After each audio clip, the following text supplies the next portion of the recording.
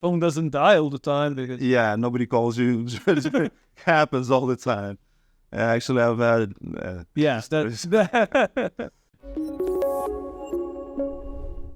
So hello everybody, today we're going to do the second LensVid Talk, and we have a lot of topics to cover, so let's start. I think the first one is going to be a little talk about the latest review that you've done, Atoll versus the Smallrig vertical, horizontal plates. I don't know how to call them. Everybody's calling them different things. Smallrigs, yeah, vertical to horizontal rotation plate or something like that, whatever. I call them rotating collars. Okay. One's gray, one's black. Actually, this one comes in black too. Yeah. They're great. There's like 4 or 5 versions now. We only tested these 2. Both they're made. My conclusion, they're made for very different use cases. But at the same time, these still feel like first generation products. They're great for what they are, but they could be a lot more versatile. And I think like future iterations will do that. What I think one thing that you mentioned in your review is that, first of all, it doesn't really go well with cages, right? I mean, it's either or. Like and with us, I'm shooting constantly changing setups, right? So if you're a hybrid shooter, because this is basically a photography accessory, right? If you're a photographer, if you're on a tripod, then by all means, you have this on the camera and it just lives there, right? And like it's the same setup, right? But if you're changing setups, it's a hassle. Like it's a nuisance. You have to, like this one, you have to adjust the height, and then like you have to take the camera or the lens off the camera every time, and it's like you either put the lens cap on, or it's annoying. Yeah. So if there's a way, I keep talking about this. Somebody listen up, and there's got to be a way to you have a base, right? If you make this just a little thicker, then you can just have the camera, the plate, the release plate that's already the quick release plate that's already on the camera, and just snap in here, and that's it. You take it off and do the same thing with the cage. This needs to be an ecosystem, and then everything's versatile, and then we're getting something. I'm hearing you loud and clear. I can say that currently there is a Atoll, which was the first, then a Smallrig. There is a Nissi one, which I saw, and Ulanzi, and I think a Falcam, which is off-brand of Ulanzi as well. And I'm pretty sure that I saw like non-brand ones from other manufacturers, like on, I don't know, eBay or whatever. Yeah. I'm sure that there are going to be a lot more. Now, I heard some people talking about like these are knockoffs of the Atoll because the Atoll was first. Honestly, if you think about it, like basically, what is this? This is like on lenses you've had these for years. I don't know why it took us so long to figure it out. I know. It is a great invention. No, and we gotta give it to Atoll. They were the first ones, but that's how things work. Somebody comes out with something, then everybody has. I can say sort of off record that somebody wrote something, but I can say off record that I actually talked to one company, which I won't mention names, but maybe in the future, way before this came out, the Atoll, about exactly this, based on an idea that I have, or I had, from another brand that did something different, but with the same concept. So again, I'm not a patent attorney, so I have no idea if this is an infringement of this. But honestly, the concept was there all along. The only difference is that this is for a camera instead of like built in for a lens. I can say one more thing. I would actually in longer lenses, like a telephoto lens, most of them have this built in, or at least as an accessory. With shorter lenses, unless they're very heavy, like the new Sigma 14mm has a foot, but most like shorter lenses don't have a foot. I don't see a reason why first-party manufacturers like Sony, Canon, Nikon, all of those can't have like, if they can release lenses, they don't have to sell this part with the lens. They can only sell a lens which has enough like part which you can connect, like 2 connectors on the top and the bottom or whatever, and they can sell their own, and third parties can basically connect their own part. And then this won't be needed. Like, I mean, the part that connects to the camera. Which one was one of the lenses I was looking at? The new Which one? The new 7200 from Sony. Okay. It has like a quick release type plate on the lens, and then you connect the foot to that. Yeah. So like if you are a lens manufacturer, you can just do that on all your lenses, and it's an ecosystem, right? This is what I'm saying. With really small lenses, like short ones, you don't have the room. You don't have the room. But for all the other ones, I see no reason why they can't make this. So again, great, but as we said, first generation probably going to be improved like in the future. Let's keep going, everybody. I want to talk about something like this is nothing new. Everybody that has been working in the studio environment, I don't know if everybody, but a lot of people who have been working in the studio environment probably knows this. This is, it's called a Spigot. And you can do all sorts of stuff with this. Basically, one of the most common uses is if you have like a super clamp, what you do is basically put it in here, open it, and you have this bottom on the side, and now you lock it. Now, the problem is that, I mean, in this case, it doesn't spin, but in some other cases, it can spin. I know. You put enough weight on it, it will. Yeah, exactly. And then with my hand, I can't spin it. But if there is something heavy, although this will spin anyway. So, yeah. That's another thing that I keep talking about. Problem. No, but if you connect not something to the 1/4 inch or the face, if you connect something to here, which is like a light, if, as we said, it's heavy, it will move, it will twist. Now, there is a solution for this, and this is something that I personally only recently discovered, which is exactly the same thing, but we'll do a close-up later, but with one flat side on each side, basically, of the spigot. And then when you put it in here and you lock it, you have something for the screw to latch onto. Right. And then that's, that's very useful. Basically, it's ingenious. Again, I don't think that this is new. People would probably say in the comments, yeah, I had this for 10 years. Maybe, I know.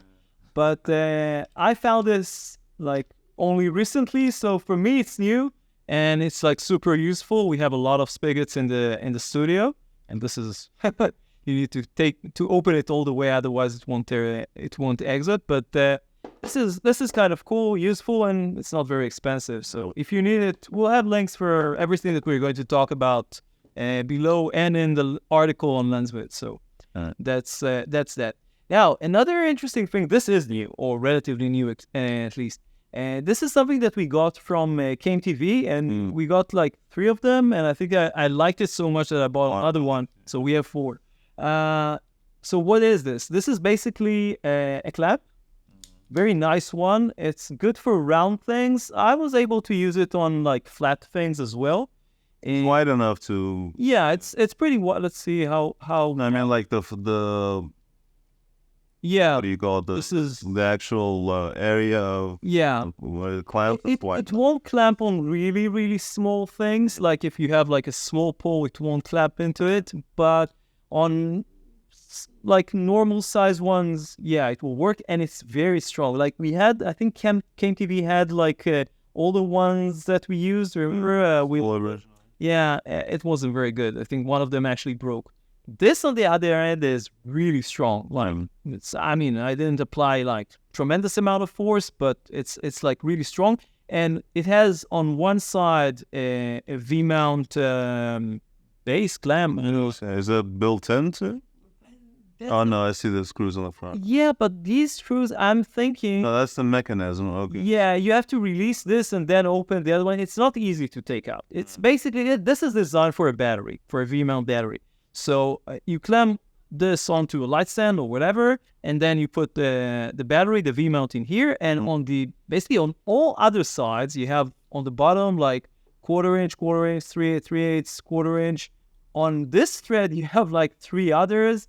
And on the other side, you have like 3/8 and 1/4 inch with RE pinholes, which is great, like for anti-rotation, so you can add like an arm or something with 2 pins. And It's great. It's not super. I'm not sure of the price. I can put it on the screen, but it's not super expensive. It's very well made. I really like this. This is very useful, and hopefully in a project that we're currently doing, like a DIY project, this has a very interesting use that we found for it. But we use it all over the studio for a lot of stuff. So that's pretty cool.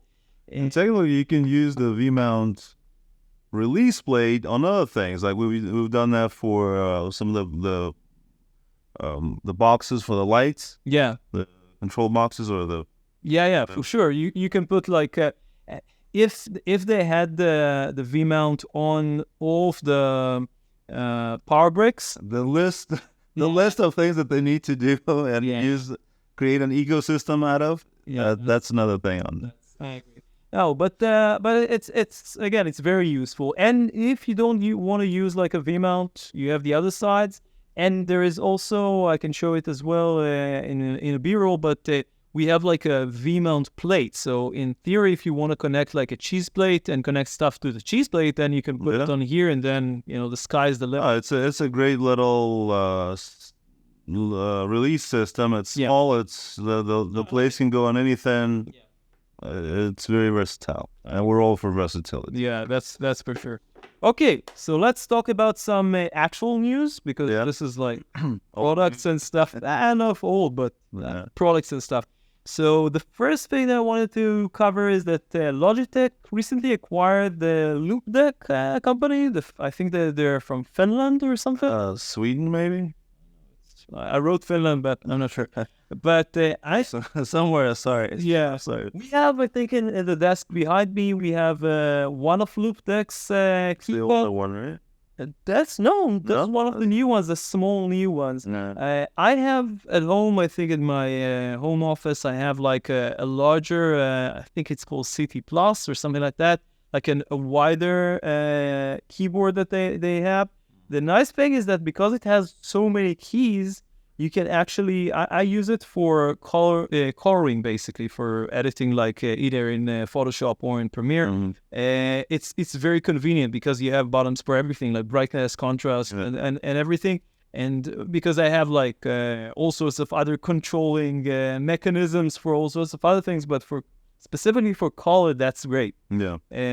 So I'm not sure what the Logitech acquisition is going to apply.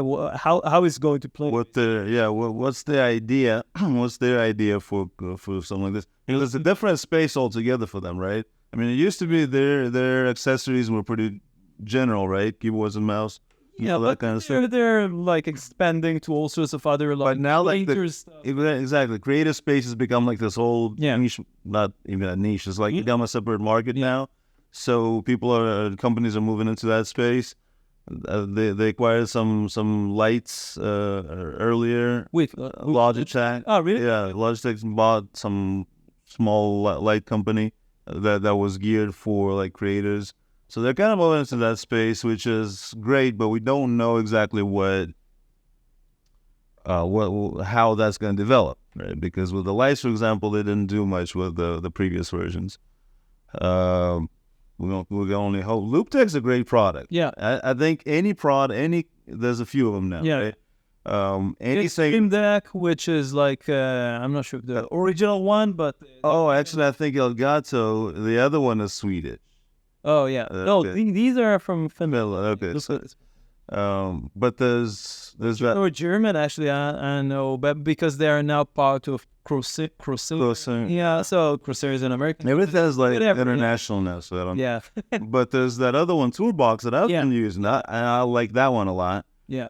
And I actually bought one of them, and I use it specifically. That might sound funny, but I use it for just for that, for YouTube. Yeah. Like the center bottom is so like smooth that it plays. If you want to fast forward, it's fantastic. Yeah. But you can do a million other things with that. Yeah, it's very. They actually came out with a new like a software. I wanted to ask you about that.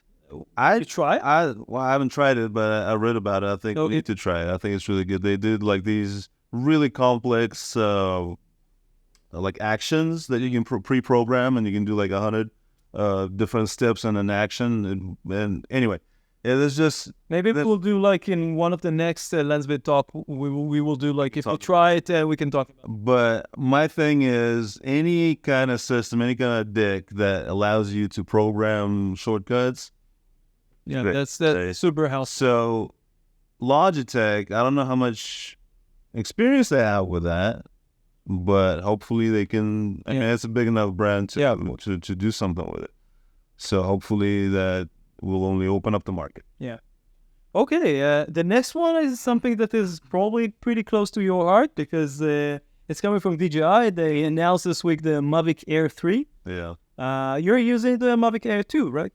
Yeah, I'm still S or 2. 2. Okay. It's like the older one. I actually had to go and look up the specs for it. Yeah. Because like I've just been using it for so long, and it's just like an older version. Yeah. And like I wanted to compare it to the specs to this one, and it's like it's discontinued. It's not being made anymore. Yeah, so they actually have upgrades of the 2. They have like the 2 S and the 2. There's a mini, but that's that's a 3. but yeah, that's a mini. But they have too many. Like their lineup is so complex. They're doing these like for like fields irrigation and all kinds of stuff. No, but I'm talking about like the regular lines. Like you have the mini, you have the Air, you have the regular, and you have the Pro, and of course the Aspire and all the like higher end ones.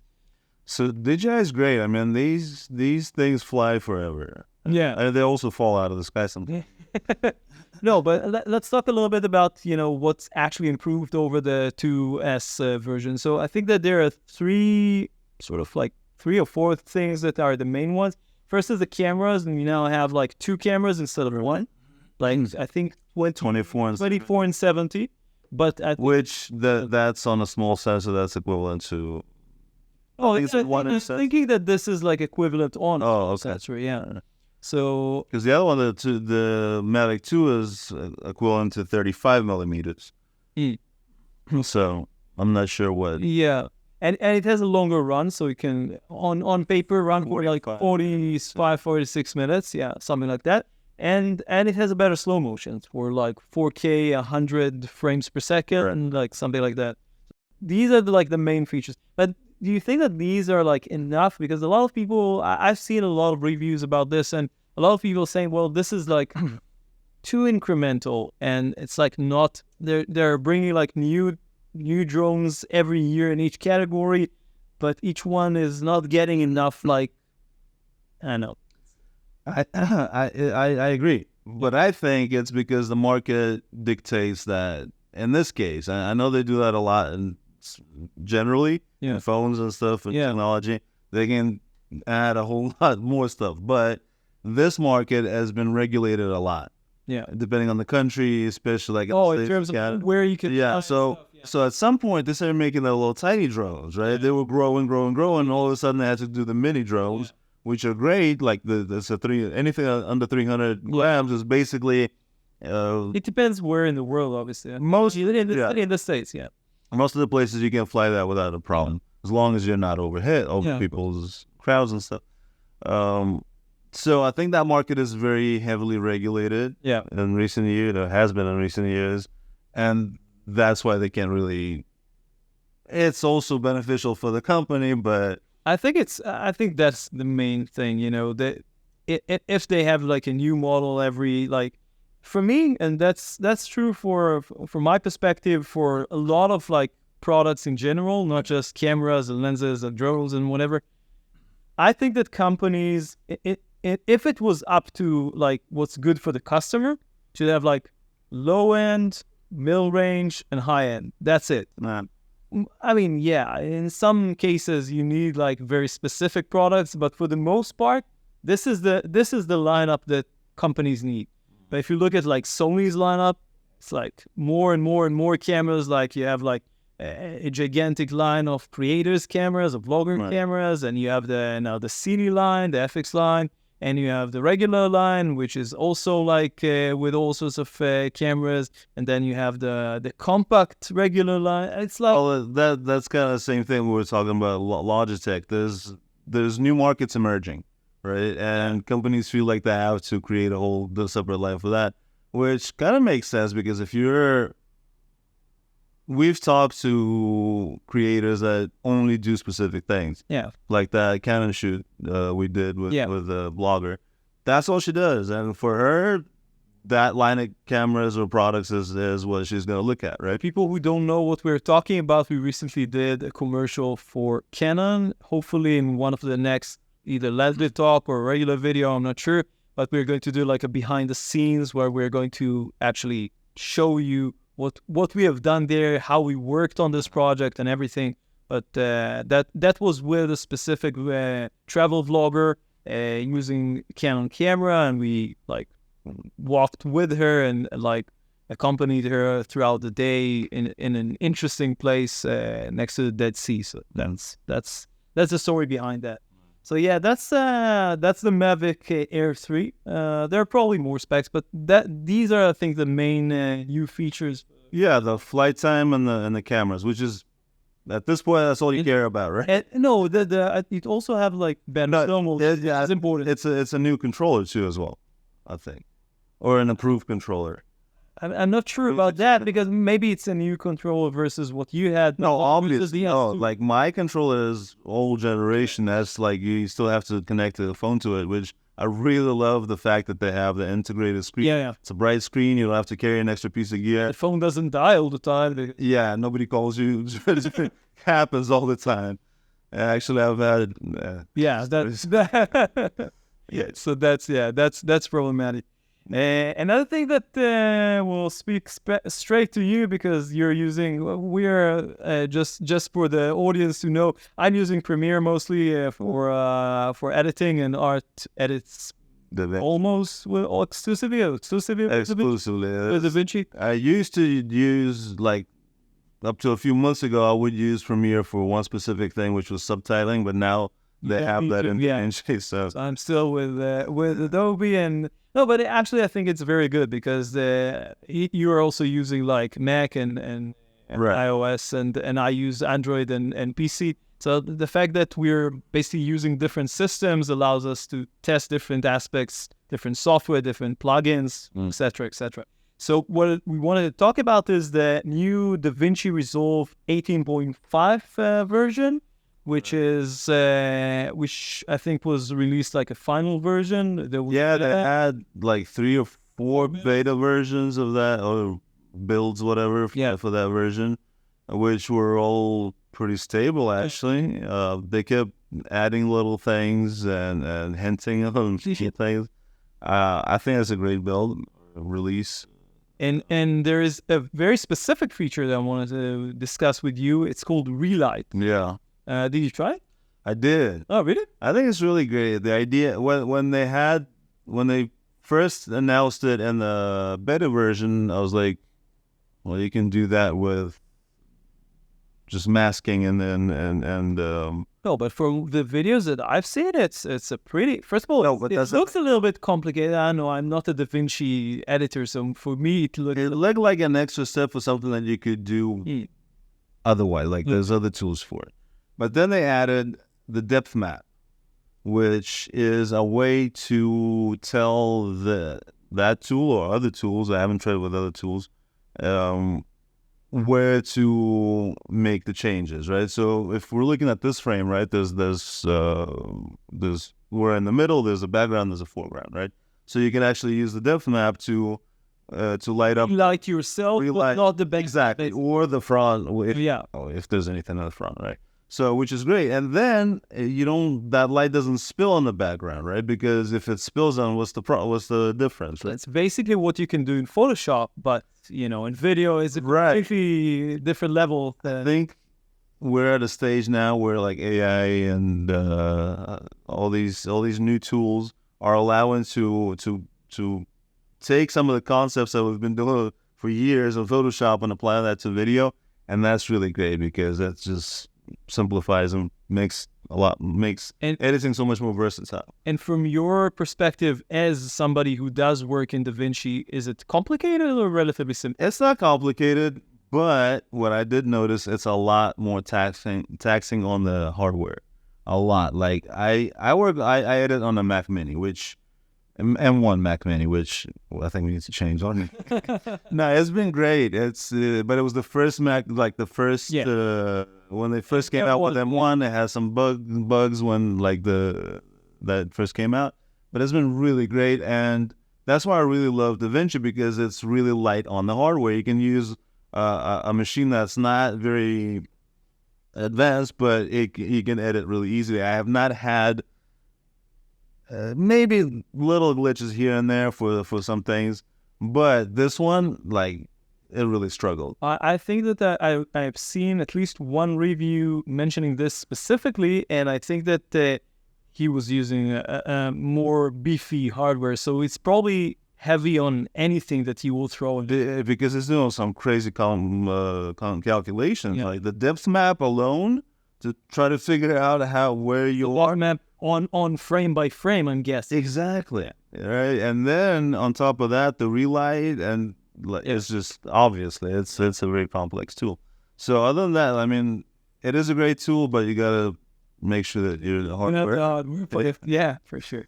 So let's move on to some actual hardware, like some interesting announcements. So ZY Optics, do you know this company, Chinese manufacturer? They have a new macro lens. Last time we talked about the new Sony 7200 millimeter f4, which has like it's 200 millimeter, which has 1:2 magnification. With the extender you can do 1:1. Right. But then it's not f4. But ZY Optics created a lens which is called the macro. I can pronounce it Zongi, and whatever, Optics APO. So it's an apochromatic lens, 200 millimeter f4, and it's a 1:1. So it's an actual macro lens. Yeah, it's manual, obviously. So it's not a autofocus lens. But for macro, it's not usually a problem. Yeah. So that's an interesting lens. It is an interesting lens. I really got to hand it to Chinese lens manufacturers. Yeah, they have been improving. I think in the last year, we were in ABC last year, and they had some really interesting things already. Mostly cine lenses. Because that was in ABC. But that's the thing. It's like that realm, that kind of glass opens up new possibilities, right? So this is not the cine lens. I mean, you can probably adapt it, but obviously it's a very single-use type lens, not single. Yeah, it's a very specific. It's a niche lens. Very specific type thing that you would not probably use for. Although I would actually like to try it for portraits or something, You can. I see no reason why not. In the past, I think in the old time where DSLR was like more prominent, you had like lenses which were like, I think 150 millimeter macro lenses, or 180, maybe even 200, but mostly 150 and 180. But I don't recall any mirrorless 150 or 180. The only lens that I can think of is the Iris. Iris has a 150 macro lens. That's a new one too. They have two versions. I think last time in IBC they released like the non-macro version. But the macro is like was released in Photokina 2016 or something like that. So that's the 200 millimeter Apple 1.f4 1x macro 1:1.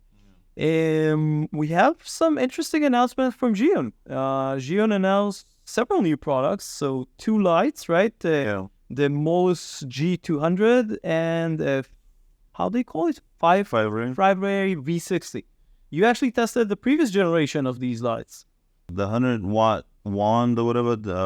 It's very, very powerful. It's powerful. It's great. It's not a hard light. So like outside, I've tried to use it. It's not great, but for like for indoor use, I think it's amazing. For the format, the 100 watts is a lot. And what about the Molus? The Molus, both. Well, they have the Molus and the little tiny 60-watt light. We had. Those are really good. I really like the Molus. The Molus 100 has a built-in battery. Exactly. That the form factor for it is It's like a camera. It looks like a camera. It was interesting. And it opens up again another line in the market, right? For a small form factor, something different. The funny thing is, it had like all these warning stickers on it when you open it up. It gets really hot. Yeah. But other than that, I mean, if you watch it, the battery is great because, I mean, it only gives you maybe like 15, 20 minutes. I did that full hours now. Oh, okay. At 50%, I think you can make it an hour? probably An hour? close to 40 minutes. Oh. But it's very bright. Yeah. It's very bright for 100. And this one is 200, and then it has like this turbo power mode or whatever. But makes it like this doesn't have an internal battery. I mean, no way 200 watt. That's what I'm waiting for. I really want for outdoor use. So you 200 watt. Power it via V-mount somehow? Does it come with something or? Well, V-mount has like the D-tap. Yeah, obviously. Yeah, you can. No, but do they have something? I haven't seen it. We need to see. We need to. Yeah. We testing that? I don't know. We will have to talk to Zhiyun. I think they asked us, but we will see. We still have the previous gimbal that they released, and that's the second thing. Right. They released they released basically not too long ago the 3S that we're currently reviewing. Probably the review will come next month. But I think a week or 2 weeks ago they released the Crane 4. Right. And I don't know. I'm looking at the Crane 4 from the images. It looks very, very similar to the 3S. When it came out, I was But that it was the same. yeah, I was like, wait, I still haven't finished the 3S review, and they already came out with the 4. It looks very similar. I have the same kind of hand, whatever the pad, the wrist pad thing, and we don't actually have a crane. And the bigger ones, no, because the cranes I think are more designed for like bigger cameras, right, like heavier payloads. Other than that, I don't think that they are very different. Like I think it's just the space allowance. I mean, I think that's important. It is important. If we're talking about we didn't. One of the things that I did with this is try to put the vertical to horizontal plates on the gimbal. And what were your conclusions? The motors are strong enough. All of them from I don't know, maybe even 2 years ago. The gimbals from 2 years back to now, the motors are way stronger than what before. Yeah. Yeah. So you can change the orientation, which changes the center of gravity, and without basically right. You don't really have to turn the gimbal off and rearrange and all this. So it's a quick fix. But the space allowance, it all depends. This one is a lot taller than this one, for example, right? Yeah. So the carriage on one gimbal will not allow for this tall one because you just can't adjust. You can't balance it. And this one, when you go to it hits the side. So it depends on the configuration, what camera it is, what gimbal it is, and yeah. So I would say that this Zhiyun, come up with this. They have like an L bracket which you can somehow, but that's like cumbersome. Yeah, you still have to turn the gimbal off or what else? Yeah, take it off. Maybe they can have like their own product which will be guaranteed with their own gimbals, and that's the way to go, right? So Zhiyun, that's specifically for you. Okay, so we have some other lenses. Sirui has the Nightwalker series. Those are nice. I like these. Yeah, that first of all, they're really inexpensive. So for those who don't know, these are like tiny cine lenses, Super 35, so not APS-C basically. Not full frame, but they're really inexpensive, like $350 per lens. Yeah. It's like nothing for a cine lens. And it's like T1.2, so really very fast. And there are 43 models in this lineup. You have the 24, 35, and 55 millimeter variants. Yeah. So, and the reviews that I've seen so far are great, Yeah, somebody's saying that they need to come up with a wider one, like an 18. It will probably come. Yeah, but they've been doing very well in terms of like lenses, both. I really like their lenses. They're like the reviews are great. The build quality is really good. The look, they're not like sharp corner to corner, but that's for a single lens. I wouldn't expect this for $350. No, obviously, and you're kind of looking for that look. Yeah. I enjoy that look. The kind of semi-retro kind of look. like it. Yeah. Okay. And Sirui, actually, we're talking about lights. Sirui actually got into the lighting business as well. So it seems that like everybody's going into this like lighting. Again, Can you explain this? I mean, what is there such big margins in the lighting industry that it makes sense for all the companies to actually go there? I don't know whether relatively inexpensive lights. I know it's like, I guess the technology has gotten so much.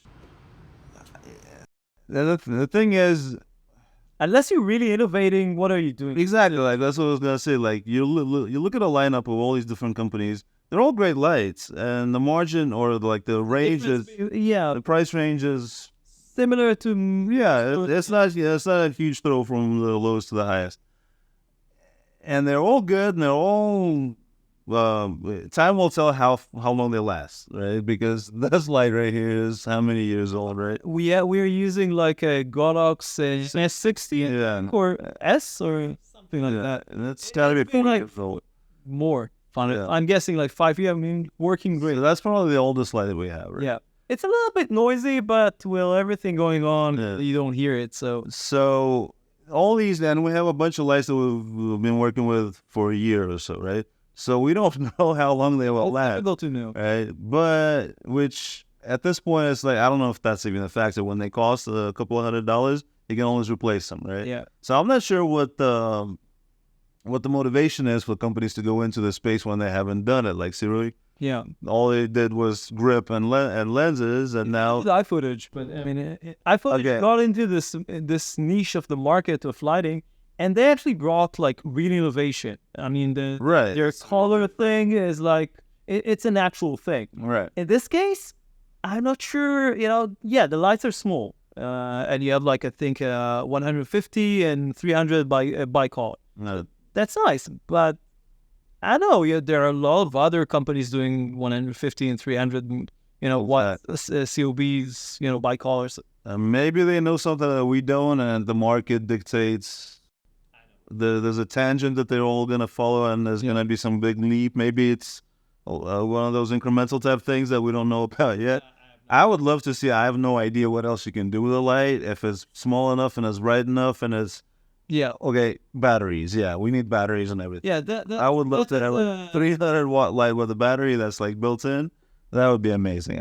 I think we're far from... Battery technology is not that far yet. But well, that's the thing. It's two different markets that are trying to... Yeah. They keep increasing the power, the output of the light. I mean, we talked last time about the GaN technology, the GaN technology, gallium nitride, and this can actually be a big change in the market because this is much more efficient. So in theory, if all lights will move into this direction, maybe we will see like batteries. Talking about lights, so apart from Sirui, we have several new lights from Godox. So Godox announced basically a whole series of flexible it's not panels, it's like matte sort of lighting. So they have like 200 bicolor, 400, and 600. That's amazing. 600 is impressive. It is impressive. It's not super big, I think. It's 4x4. I've seen like tremendous ones. It's 4x4, but you can also like like in the video that they show, like the release video. They just zip tie two mats together, and they have, which is great. You can light up a car and easily, and they're waterproof. And they have like Velcro built in, which is amazing. I haven't looked at mats like the LED for several years because like they used to be so dull. They had all sorts of issues. I remember testing the first generation, I think, of mats from Godox, and they had like color, a little bit of tint or whatever. Yeah. But I will be interested to test it now to see how much they progress, because COBs have progressed tremendously. Amazingly, yeah. Yeah, but these lights are something different, so I'm not sure how much progress was in these lights. Well, apparently, when you can put out a 600-watt mat, it's... No, but I've seen more, I think, from other companies, but I think that they were pretty big and very, very expensive. I'm not sure about the pricing on these ones. Maybe we'll put it on the screen. But yeah, that's interesting. And the final thing in terms of announcements for this week, at least, is another thing from Godox. They released something that I think Aperture had for quite some time now. Basically, light bulbs, like RGB. In this case, it's RGBWW. Light bulbs they call C7R and C10R. So two of them. One is like 10 watts. The other is 12 watts, I think. And it's kind of cute. I mean, it's they have the app, so you can control it. I think that I'm not sure if you compare them to the Aperture. We have one of the Apertures, I think, in here somewhere in here. Aperture one has built-in control. That's exactly what I think it has, but not too many. Right. I think that the if I remember correctly, I think the Godox has more control on the back itself. Temperature and dimmer. It's nice. Is that effects thing, right? This has what? Effects? Like yeah, for sure. No, like on the no. onboard control. We'll have to test it. Maybe they can sell us one. And it does have also I think an L. Both of them have a kit. You can buy it as a kit with 8 light bulbs and a charging kit. Basically, again, like Aperture has the same concept. But if you wanted to set and you need to place all sorts of lights all over the place, and charge them afterwards and take them. Yeah, because they have built-in batteries and you can use them as practicals. You can stick them into light fixtures and and they have a mount, a special like a screw-in mount. It's like a cold fixture. I know. Did you see that? They have it to the... Yeah, I saw it in the video. Oh, okay. That's it. And what does it do exactly? It looks like a microphone mount where it's... so you can, like, place it anywhere you want. Right. Well, you could do that anywhere, right? Yeah. But, I mean, if you were... You can make it look like it's connected to a light fixture, but it's not, because it's just a plastic cold mount. Yeah, but it does charge. I mean, the Aperture does. Exactly. You can actually connect it to so electricity. Yeah, that's cool. Yeah. Okay, so I think that we're done for the second talk of LensVid. By the way, if you have suggestions for topics or products or anything that you want us to discuss or talk about or look at, let us know in the comments. And of course, don't forget to subscribe so you can check out the next video, hopefully next week. And we'll see you next time. See you soon. Bye.